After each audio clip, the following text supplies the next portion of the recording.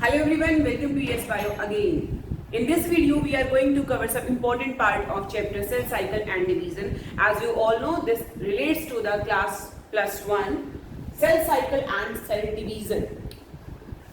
This is one of the interesting topic of biology and as well as complicated, a little bit complicated. But ध्यान से आप सुनोगे, it will not be right. Cell cycle and division के अंदर basically दो तीन चीजें जो है वो आपको बड़े ध्यान से समझनी होती है, अदरवाइज सारा चैप्टर जो है उन्हीं चीजों के ऊपर बेसिस है. आपको एक बार इसका बेस जो है वो समझ आ जाए, then this chapter is going to be very easy for you all. Cell cycle. What is cell cycle? It is a sequence of events. ये सीक्वेंस है इवेंट्स की जिसके अंदर एक सेल अपने आप को प्रिपेयर करता है ताकि वो अपने आप को डिवाइड कर सके दो इक्वल पार्ट्स के अंदर, for growth, for repair or for the gamet formation. That will be the cell cycle. So what cell cycle is a sequence of events जिसके अंदर एक सेल अपने आप को प्रिपेयर करेगा, अपनी न्यूक्लियस को डिवाइड करेगा and then ultimately the cell will be divided into two daughter cells by the cytokinesis. So in cell cycle we are having two phases. Number one, we are having interphase. सबसे पहला जो phase है वो आपका interphase है. दूसरा जो आपका फेज आने वाला है that is M phase. Interphase is also known as preparatory phase. इसके अंदर सारी प्रिपरेशंस होने वाली है एक सेल को डिवाइड करने के लिए, राइट. पहले इसको अर्लियर हम इसको रेस्टिंग फेज भी बोलते थे, but actually it is not the resting phase. Cell जो है इसमें रेस्ट नहीं कर रहा है, वो एक्चुअली इसके अंदर प्रिपेयर कर रहा है. इसको हम रिलेट कर सकते हैं. फॉर एग्जाम्पल, हमारे घर पे किसी को आना है, किसी मेहमान को आना है, किसी गेस्ट को आना है, तो हमारी जो मदर है या हम खुद जो है उस प्रिपरेशन में लग जाते हैं. घर की साफ सफाई या फिर खाना बनाना है, दिन को लंच करना है, तो जो उस प्रिपरेशन में जितना टाइम लगता है that is the preparatory phase, interphase. लेकिन खाना परोसने में और खाना खाने में बहुत कम टाइम लगेगा. मैक्सिमम उसमें 5% of the whole event time period लगने वाला है. Same with the cell cycle. Interphase long चलता है, ये लॉन्गेस्ट फेज है. एम फेज को सिर्फ 5% of the time is required. 95% time जो है वो आपका इंटरफेज यहाँ पे लेने वाला है और 5% एम फेज लेने वाला है. तो इसके अंदर होगा क्या? इंटरफेस के अंदर सेल अपने आप को प्रिपेयर करता है, जो भी चीजें उसको सेल को डिवाइड करने के लिए चाहिए, क्योंकि दो इक्वल पार्ट्स में उसको डिवाइड होना है. जो भी कुछ उसका पेरेंट सेल के पास है डबल करेगा और फिर दो डॉटर सेल्स में उसको डिवाइड कर देगा. एम फेज के अंदर एक्चुअल डिवीजन हो रही है.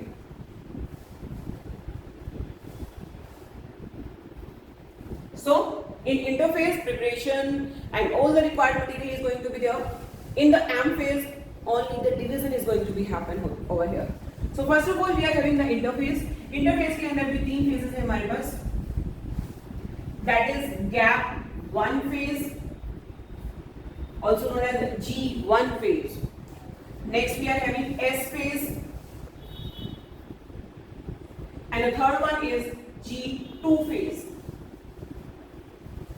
So in interphase G1, S phase, G2 phase. Three phases are there. In M phase we are having four phases.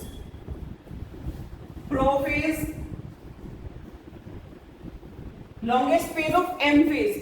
सबसे लॉन्गेस्ट फेज सेल साइकिल का इंटरफेज है, लेकिन एम फेज की मैं बात करूं तो प्रोफेज इसका लॉन्गेस्ट फेज रहने वाला है. प्रोफेज के बाद यहां पर आएगा मेटाफेज. मेटाफेज के बाद आता है anaphase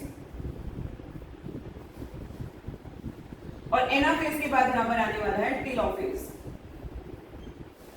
So these are the phases that are in M phase. Actual cell division और मुझे बोलना चाहिए यहाँ पे कैरियोकाइनेसिस जो है वो इन 4 स्टेप्स में होने वाली है.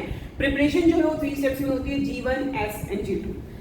दूसरा हमारे यहाँ पर आता है G0 फेज.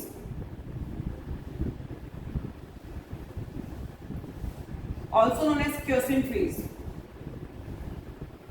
इस फेज के अंदर सेल जो है वो सेल साइकिल से बाहर निकल जाता है. कुछ टाइम पीरियड के लिए वो सेल साइकिल में एंटर नहीं करता और वो एक रेस्टिंग फेज में चला जाएगा. रेस्ट फेज में हमें बोलना चाहिए अरेस्ट फेज में वो चला जाएगा. अब सेल की मर्जी है कि वो वापस सेल साइकिल में आना चाहे या फिर वो हमेशा के लिए एक अरेस्ट फेज में ही चला जाए या कुछ एक टाइम इंटरवल के बाद ही वो वापस आएगा.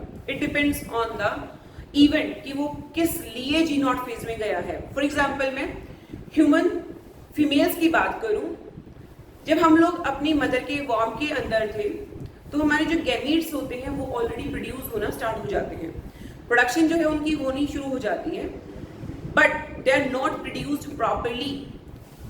उन्होंने एंटर किया सेल साइकिल के अंदर, बट जब एक गर्ल चाइल्ड का बर्थ होता है तब उस टाइम पे उनके जो गैमेटिक सेल्स जो बनने वाले हैं वो जी नॉट फेज में चले जाते हैं और तब तक वो सेल साइकिल में वापस नहीं आते जब एक गर्ल की प्यूबर्टी नहीं आती। तो जो फर्स्ट मेंस्ट्रुअल साइकिल था एक गर्ल का, तब वो वापस से सेल साइकिल में आएगा और उसका प्राइमरी उगोनिया जो है वो बनना स्टार्ट हो जाएगा, गैमीट जो है वो बनना स्टार्ट हो जाएगा।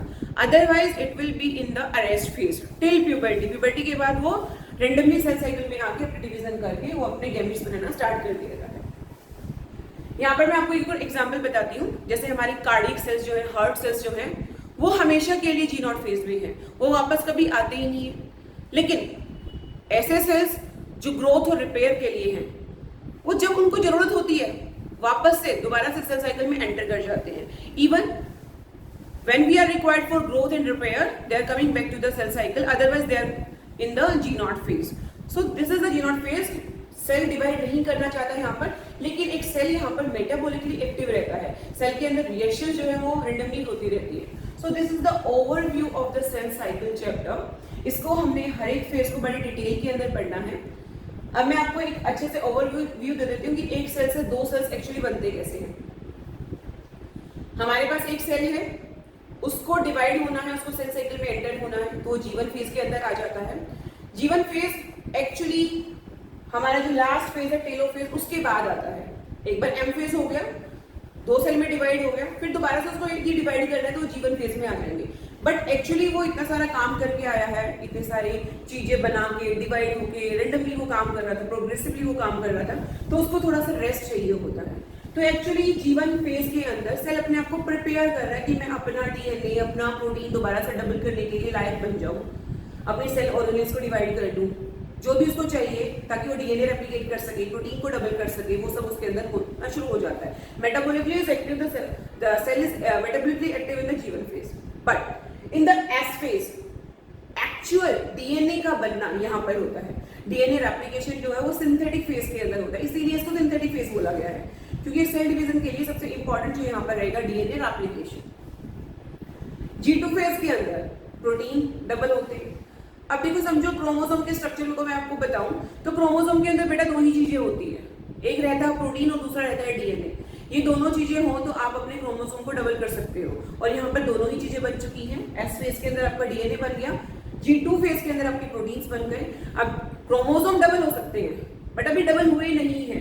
क्वेश्चन कुछ इस तरह से ही आएंगे, लॉन्ग क्वेश्चन इस चैप्टर से बहुत कम आते हैं, सिग्निफिकेंस पे आ गया, बट अदरवाइज शॉर्ट क्वेश्चंस के आने की संभावना ज्यादा रहती है, या वन वर्ड की संभावना ज्यादा रहती है यदि हम सीबीएसई या स्कूल एग्जाम्स की बात करें। नीट के अंदर भी आपको बड़े ध्यान से, बड़े फोकस होकर एनसीईआरटी को रीड करना है। एनसीईआरटी से बाहर के टॉपिक को नहीं समझना, सिर्फ चेक पॉइंट्स हम लास्ट में पढ़ेंगे जो कि एनसीईआरटी में सही तरीके से दिए नहीं हुए, लेकिन अक्सर नीट एग्जाम में पूछे जाते हैं। क्लियर?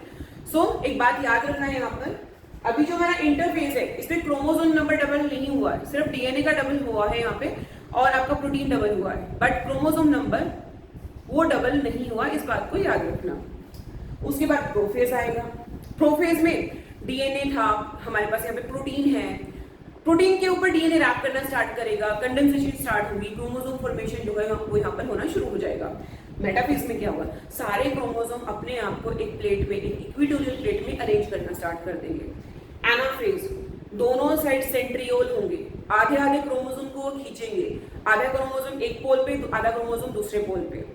टेलोफेज में क्या हुआ, टेलोफेज में क्रोमोसोम्स ने फिर से अपनी आइडेंटिटी लूज कर दी, न्यूक्लियस की मेम्ब्रेन बननी यहाँ पे स्टार्ट हो जाएगी। तो हम इन द नेक्स्ट वीडियो एक एक टॉपिक को हम बड़े ध्यान से पढ़ेंगे। This was the only overview of cell cycle and division chapter. Thanks a lot.